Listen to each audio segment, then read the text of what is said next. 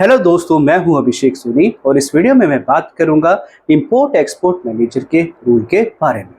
क्या आपको पता है जब हमारा देश फॉरेन कंट्री से सामान इंपोर्ट करता है या अपना सामान एक्सपोर्ट करता है तो उस पूरे प्रोसेस को एक इंपोर्ट एक्सपोर्ट मैनेजर हैंडल करता है। चलिए डिटेल में समझते हैं कि इंपोर्ट एक्सपोर्ट मैनेजर की क्या रिस्पॉन्सिबिलिटीज होती है। सोचिए, आप एक बिजनेस चलाते हैं और आपको चाइना से रॉ मटेरियल मंगवाना है या फिर अपना प्रोडक्ट अमेरिका में बेचना है। ये काम एक इंपोर्ट एक्सपोर्ट मैनेजर कैसे करता है, चलिए इस प्रोसेस को स्टेप बाय स्टेप समझते हैं। इंपोर्ट एक्सपोर्ट मैनेजर का सबसे पहला काम होता है ट्रेड रेगुलेशन को समझना और फॉलो करना। हर देश का अपना इंपोर्ट एक्सपोर्ट रूल होता है।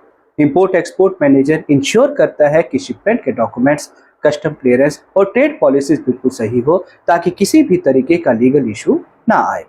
अगर कोई डॉक्यूमेंट या प्रोसेस गलत होता है तो गुड्स डिले हो सकते हैं या कस्टम से पास नहीं हो पाते। इनका दूसरा इंपॉर्टेंट काम होता है लॉजिस्टिक्स और शिपिंग को मैनेज करना।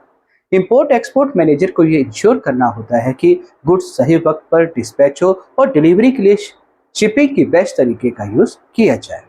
वो डिसाइड करता है कि गुड्स को एयर, सी या रोड के थ्रू कैसे भेजना है ताकि टाइम और कॉस्ट दोनों का बेस्ट यूटिलाइजेशन हो सके। इंपोर्ट एक्सपोर्ट मैनेजर का एक और क्रिटिकल काम होता है सही डॉक्यूमेंटेशन मैनेज करना। ये लोग invoice, packing list, bill of lading और लेटर ऑफ क्रेडिट जैसे पेपर्स का ध्यान रखते हैं।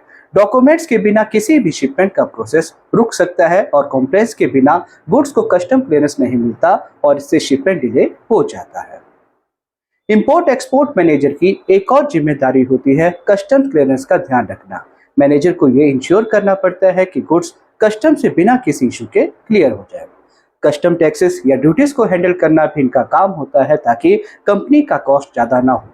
ये लोग टैरिफ और ड्यूटीज के बारे में अपडेटेड रहते हैं और उसके हिसाब से काम करते हैं। इंपोर्ट एक्सपोर्ट मैनेजर सप्लायर और क्लाइंट के बीच कम्युनिकेशन को स्ट्रीमलाइन करता है। सप्लायर्स के साथ नेगोशिएशन करना, डिलीवरी शेड्यूल्स बनाना और क्लाइंट की एक्सपेक्टेशंस को मीट करना उनकी रिस्पॉन्सिबिलिटीज में आता है। ये लोग इंश्योर करते हैं कि सप्लायर्स के साथ सारी डील स्मूथ रहे और क्वालिटी इशू या डिलेज ना हो। इंपोर्ट एक्सपोर्ट मैनेजर को रिस्क मैनेजमेंट का भी ध्यान रखना पड़ता है। अगर शिपमेंट डिले होता है या गुड्स डैमेज हो जाते हैं तो उनका बैकअप प्लान रेडी होता है। ये लोग कंटिन्यूसली मार्केट रिसर्च करते हैं ताकि नए सप्लायर्स और सस्ते लॉजिस्टिक्स का फायदा उठा सकें। तो दोस्तों, ये था इंपोर्ट एक्सपोर्ट मैनेजर के काम का एक डिटेल्ड ओवरव्यू।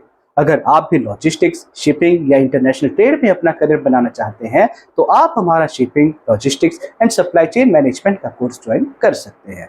मैं हूं अभिषेक सोनी और मिलते हैं अगले वीडियो में एक नए टॉपिक के साथ। धन्यवाद।